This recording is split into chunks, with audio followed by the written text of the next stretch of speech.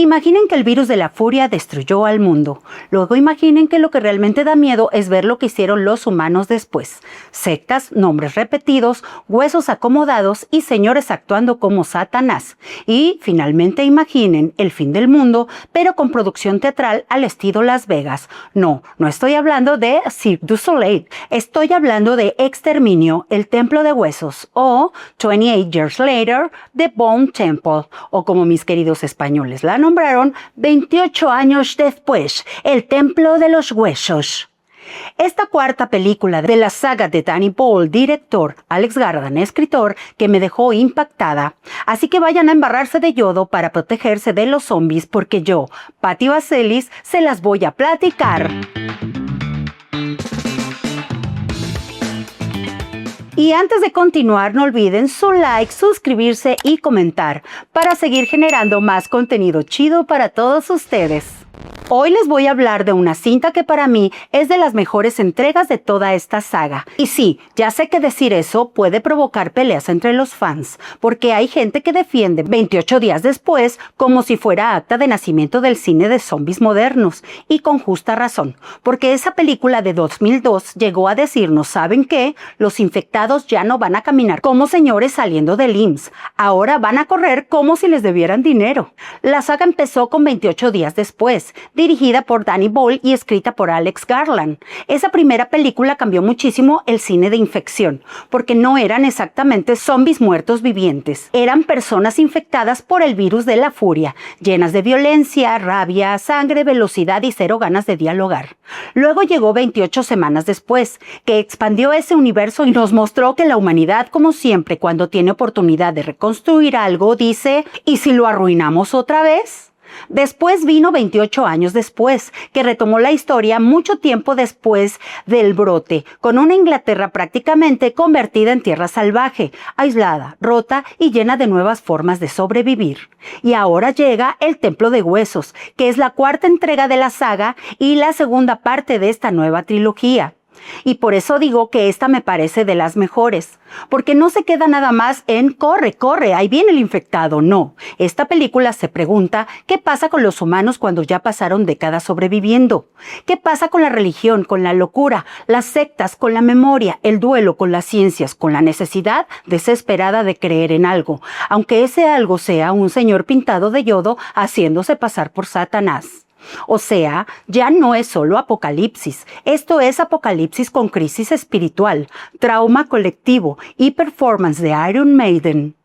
¿Qué más quieres, mi amor? La película fue dirigida por Nia Da Costa, que toma la estafeta de Danny Boyle, pero no intenta copiarlo. Y eso se agradece porque una cosa es respetar una saga y otra es hacer cosplay del director.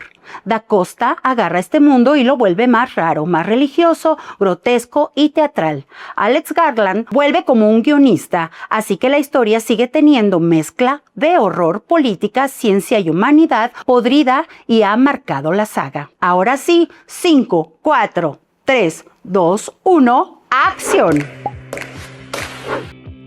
La película continúa posterior de lo que vimos en 28 años después. Seguimos a Spike, el adolescente que ya venía cargando un trauma enorme porque en este universo nadie cumple años con pastel.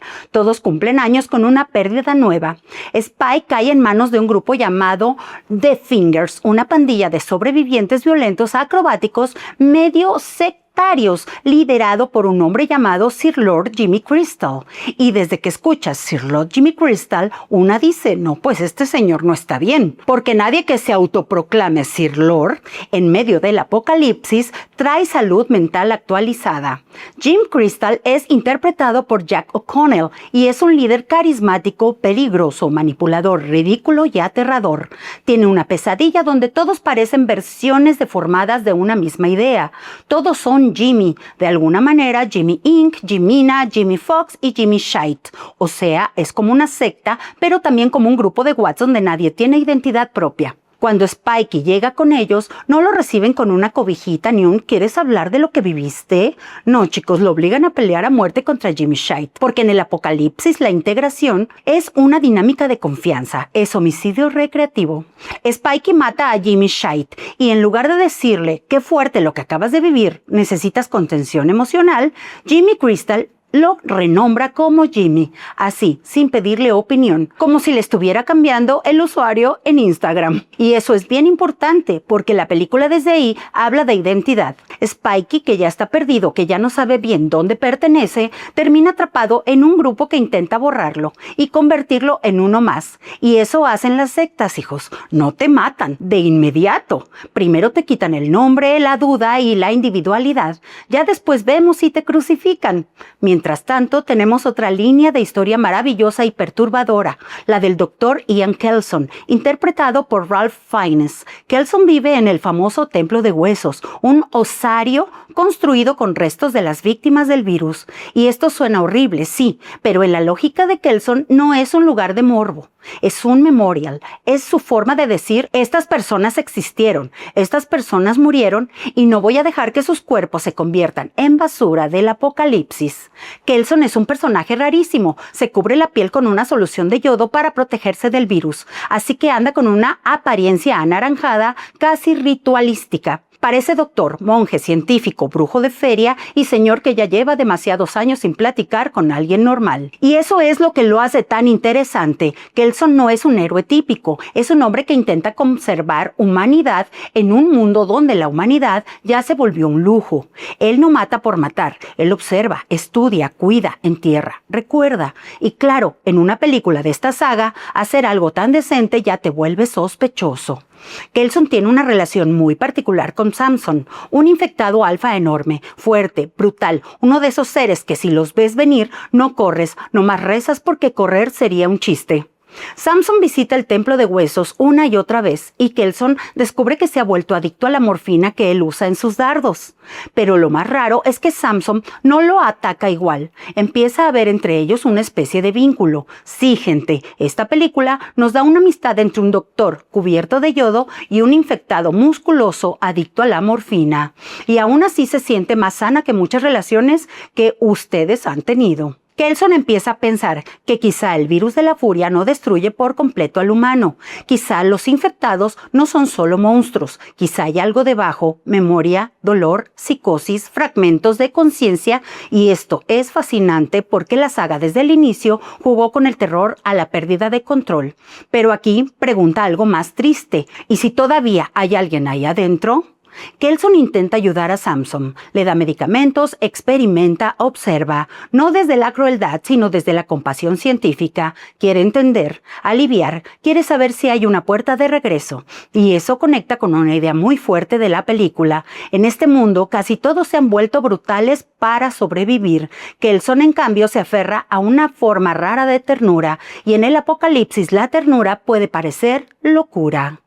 Mientras tanto, los Fingers siguen haciendo sus cosas horribles. Atacan una granja donde viven otros sobrevivientes, incluyendo una pareja, Tom y Katie, quien está embarazada. Esta parte muestra que los humanos ya no solo temen a los infectados, temen a otros humanos, porque los infectados te atacan por el virus, pero los humanos te atacan con justificaciones jerárquicas y discursos, y eso a veces da más miedo. Jimmy Crystal quiere crecer su grupo, mantener su poder, sostener su leyenda. Él se construyó como una figura casi religiosa, un líder que mezcla violencia, espectáculo, carisma y delirio. Pero como todo líder falso, necesita un mito que lo sostenga. Necesita que los demás crean que hay algo más grande detrás de él. Entonces, los Fingers llegan a un templo de huesos y se encuentran con Kelson. Y como Kelson está todo pintado de yodo, vive rodeado de huesos y tiene al lado a un infectado alfa que no lo mata, los muy mensos, idiotas, piensan que podría ser Satanás. Y una dice, bueno, está feo juzgar por apariencias, pero también, señora, si yo veo a Ralph Fiennes naranja en un templo de cadáveres hablando con un infectado gigante, tampoco voy a pensar que es dermatólogo. Jimmy Crystal se da cuenta de que puede usar esa imagen. Si convence a su pandilla de que Kelson es un Satanás, puede reforzar su control sobre ellos. Entonces amenaza a Kelson para que se haga pasar por Satanás. Y Kelson no está en condiciones de ponerse digno porque lo pueden matar ahí mismo. Acepta actuar. Aquí la película se vuelve deliciosa porque mezcla terror con teatro. Kelson no solo tiene que sobrevivir, tiene que interpretar al diablo para una secta de locos violentos. Y una piensa, mira nada más, el apocalipsis también exige habilidades escénicas. Mientras eso pasa, Spike empieza a darse cuenta de que los Fingers son una trampa. Él no pertenece ahí, no quiere ser Jimmy, no quiere vivir bajo las reglas de un loco. Pero escapar no es fácil porque en una secta violenta salir siempre se paga caro. Jimmy Inc., una de las integrantes de la pandilla, empieza a mostrar más empatía. Ella no es como los demás. Está dentro del grupo, sí, pero no ha perdido por completo la conciencia. Y poco a poco se genera una conexión con Spikey. No una conexión romántica de película cursi, algo más fuerte de este mundo. Una alianza basada en reconocer que los dos quieren salir vivos de una locura. Spikey intenta escapar, pero Jimmy Fox lo confronta porque quiere vengar la muerte de Jimmy Shite. Es decir, en este grupo todos matan, todos están listos para matar, pero también se ofenden cuando alguien mata al que ellos querían matar. Muy coherente todo, como familia tóxica pero con machetes. Jimmy Inc. interviene y mata a Fox para salvar a Spikey. Luego inventa una historia para protegerse y protegerlo. Y aquí la película nos empieza a decir que tal vez hay salida no solo para Spikey, sino también para Inc. Que tal vez incluso dentro de una estructura podrida hay gente que todavía puede decidir distinto. Mientras tanto, Kelson intenta avanzar en su investigación con Samson. Le da una mezcla de medicamentos incluyendo antipsicóticos porque sospecha que la agresión del virus podría estar ligada a alucinaciones o psicosis provocadas por la infección. Y entonces Samson tiene un momento de claridad. Esa parte es de las más potentes. Samson recuerda, habla, vemos destellos de una persona debajo del monstruo y eso cambia la forma en que vemos a los infectados. Porque si Samson puede recordar, si puede decir algo, si puede reconocer a Kelson, entonces no estamos viendo solo cuerpos peligrosos, estamos viendo tragedias vivas.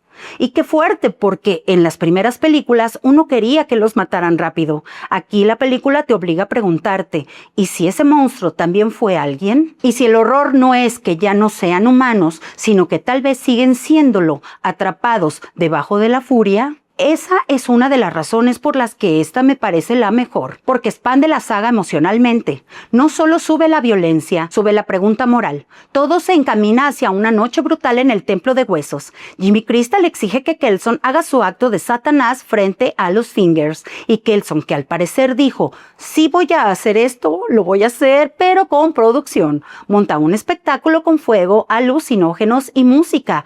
En la película aparece una escena de The Number of the Beast, de Iron Maiden, lo cual es tan exagerado, tan ridículo y tan perfecto que uno no sabe si reír, asustarse o levantar la mano como en concierto de señor divorciado. Kelson se presenta como Satanás y logra convencer a la pandilla, pero no lo hace para servir a Jimmy Crystal, lo hace para traicionarlo. Al ver a Spikey entre ellos, Kelson usa el propio mito de Jimmy en su contra y ordena que sacrifiquen al hijo, o sea, a Jimmy Crystal, como una especie de inversión religiosa grotesca. Y aquí todo explota. Jimmy Crystal se da cuenta de que está perdiendo control y un líder manipulador puede soportar muchas cosas menos eso. Puede soportar sangre, muerte, hambre, ruinas, infectados, pero no que su propio teatro se le caiga. Entonces apuñala mortalmente a Kelson. Ay no, porque Kelson, con todo y lo raro, era el corazón moral de esta película. Era el señor Naranja del Osario, sí, pero también era quien todavía intentaba pensar, cuidar, entender, recordar. Y que Jimmy lo mate es como ver a la brutalidad apuñalar a la compasión. Muy sutil la película no es.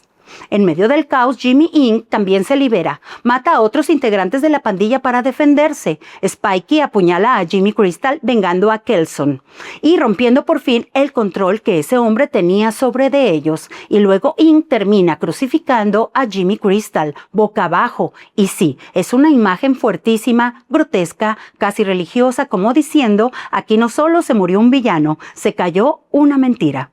Kelson está agonizando, Spikey lo acompaña y esta escena es preciosa y devastadora. Samson, el infectado alfa, el monstruo que parecía imposible de humanizar, llega y reconoce a Kelson. Lo llama por su nombre, le da las gracias y se lleva su cuerpo. ¡Qué fuerte! Porque en una película llena de huesos, sangre, sectas y furia, uno de los momentos más humanos viene de un infectado. Eso es lo que la hace grande. Te cambia el lugar de la humanidad. Te dice, cuidado, porque los que parecen monstruos quizás todavía sienten, y los que se creen líderes quizá ya no tienen nada humano. Después de todo eso, Spike y Jimmy, cuyo nombre real es Kelly, se van juntos. Ya no quieren pertenecer a esa secta, ya no quieren ser parte del culto, ya no quieren ser Jimmys, y recuperar el nombre de Kelly importa muchísimo, porque en un mundo donde te quitan todo, recuperar tu nombre es recuperar el pedazo de ti. Pero la película no termina ahí. Tiempo después, Spike y Kelly están escapando de infectados, y de pronto aparece una figura que los observa, Jim, el protagonista original de 28 días después, interpretado nuevamente por Cillian Murphy.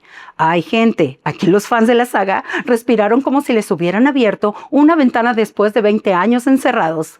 Jim vive con su hija adolescente, Sam, y su aparición funcionan como reintroducción del personaje para lo que viene en la siguiente película. No es un cameo de, mira, ahí está, para que aplaudas como foca. Es una forma de conectar el origen de la saga con su futuro. Nia Da Costa contó que eligieron una escena más contenida y emocional para este regreso, no una entrada tipo superhéroe, porque querían que se sintiera aterrizada dentro del mundo de la película. Y ese final es perfecto porque nos dice, esta historia todavía no acaba. Jim sobrevivió, tiene una hija, Spikey y Kelly están ahí, el mundo sigue roto y quizás la siguiente película va a juntar generaciones de sobrevivientes, los que vivieron el inicio del horror y los que nacieron dentro de sus consecuencias. Gente, yo creo que El Templo de Huesos es tan buena porque entiende algo muy importante. Después de 28 años, el horror ya no puede ser solo el virus. El virus fue el inicio, pero después, casi 3 décadas, el verdadero horror es qué hicieron los humanos con ese mundo roto. Algunos construyeron templos para recordar a los muertos, otros reconstruyeron sectas para recordar a los vivos, algunos intentaron curar, otros inventaron religiones violentas, algunos se aferraron a la ciencia, otros al mito, algunos conservaron nombres, otros se los robaron a todos, y eso hace que esta película se sienta más madura que una simple historia de infectados, porque sí, hay sangre, hay persecuciones, hay infectados, y sí, hay momentos asquerosos, pero también hay duelo, memoria, fanatismo, identidad y una pregunta muy triste: ¿qué queda de nosotros cuando el mundo se acaba? Para mí, esta puede sentirse como la mejor de la saga porque se atreve a ser rara. No quiere complacer solo con nostalgia. No dice, miren, infectados, corriendo otra vez, denme dinero. No, dice, vamos a hablar de religión, huesos, culpa, ciencia, trauma y un infectado que quizá todavía pueda decir gracias. Y eso es horror del bueno, del que no solo te asusta, sino que te deja pensando si el monstruo realmente era el infectado o el señor que se convenció a todos de llamarse Jimmy. Y vamos con los 5 datos curiosos de El Templo de Huesos. Dato número 1. Aunque mucha gente la ubica como la secuela de 28 años después, en realidad también es la 4ª entrega de toda la franquicia iniciada con 28 días después. Además, forma parte de una trilogía nueva planeada con una 3ª película pensada en cerrar esta etapa. O sea, después de tanto estrés, aún no cerramos el ciclo. Dato número 2. Nia Da Costa tomó la dirección de esta entrega, pero su idea no fue imitar a Danny Boyle. Según la información de producción, ella quería proteger el legado de la saga sin hacer una copia y pidió que hubieran más infectados en el guión. O sea, yo respeto la casa, pero voy a mover los muebles. Dato número 3. El regreso de Cillian Murphy fue uno de los grandes momentos para los fans. La directora explicó que eligieron una aparición discreta en lugar de una entrada espectacular. Tipo, aquí llegó El Salvador. Su cameo sirve para reintroducir a James y preparar su importancia en la siguiente película. Dato número 4. El Templo de Huesos fue filmada poco más adelante de 28 años después, con apenas unas semanas de diferencia en el inicio de producción. Esto ayudó a mantener continuidad de personajes, locaciones y mundo visual entre ambas entregas. Y dato número 5. La película recibió críticas muy positivas e incluso se reportó como una de las mejor valoradas de la saga, pero comercialmente no fue un monstruo de taquilla. Recaudó alrededor de $58.5 millones a nivel mundial frente a un presupuesto reportado de 63 millones, es decir, gustó mucho, pero no necesariamente arrasó en dinero. Hasta aquí los 5 puntos. Gente, el Templo de Huesos para mí funciona porque lleva a la saga a un lugar más incómodo y más interesante. Ya no se trata solo de sobrevivir a los infectados, se trata de sobrevivir a las ideas que nacen cuando el mundo se rompe. Porque después del apocalipsis no solo quedan ruinas, quedan líderes falsos, religiones inventadas, niños buscando identidad y quedan científicos intentando entender. Quedan muertos que alguien tiene que recordar. Y en medio de todo eso, la película nos deja una imagen poderosa, un templo hecho de huesos, un lugar que podría ser horror puro, pero también memoria, porque cuando todo se acaba, recordar a los muertos también es una forma de seguir siendo humanos. Y quizá por eso esta entrega pega tanto, porque el monstruo ya no es solo el infectado que corre hacia ti, el monstruo también puede ser el humano que aprendió a mandar, manipular y convertir el dolor de todos en una religión personal. Así que, gente, el Templo de Huesos tiene infectados, sangre y persecuciones, pero lo más aterrador no es la furia. Lo más aterrador es lo rápido que la gente cambia su nombre, su moral, su humanidad, con tal de pertenecer a algo. Hasta aquí mi resumen, Joaquín. Dime en comentarios si la viste, si te llamó la atención y sobre todo si te gusta esta reseña. Dime cuál otra de la saga no viste y yo, aquí, Patti Vaselis, te la voy a platicar. ¡Hasta la próxima!